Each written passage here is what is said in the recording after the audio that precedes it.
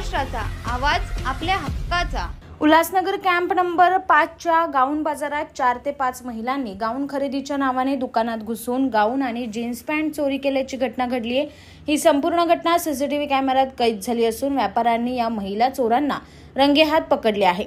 वरुण night या दुकानात शुक्रवारी दुपारच्या सुमारास 4 ते 5 महिला गाऊन खरेदी करण्याच्या बहाण्याने आल्या। यावेळी दुकानदाराचं लक्ष विचलित करून गाऊन आणि जीन्स पॅन्ट चोरी केल्या।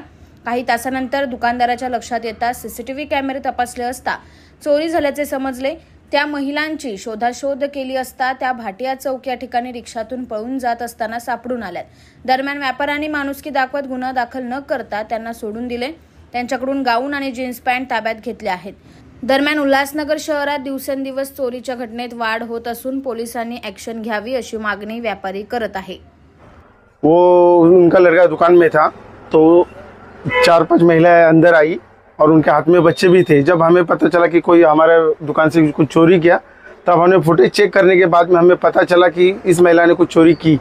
जब हमें उनको तहकीकात की ढूंढने की कोशिश की तब हमें पता चला कि कोई जीन्स के भी दुकान में उन्होंने चोरी की है।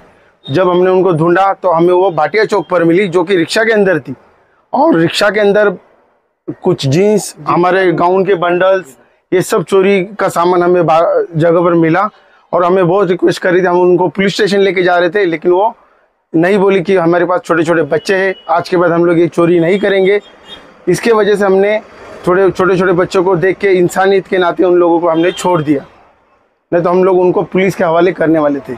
ये कितने बजे की घटना? ये करीबन दोपहर के 1:30-2 बजे की आसपास की घटना है और हमारी दुकान में 1 बजे के आसपास उन्होंने चोरी की और नगर में भी उन्होंने वही चोरी की। तुमच्या परिसरातील काही घडामोडी किंवा समस्या असतील तर आमच्या वृत्तवाहिनीला संपर्क करा आणि तसेच सतत अपडेट राहण्यासाठी आमच्या वृत्तवाहिनीला सबस्क्राइब करा आणि बेल आयकॉन दाबायला विसरू नका।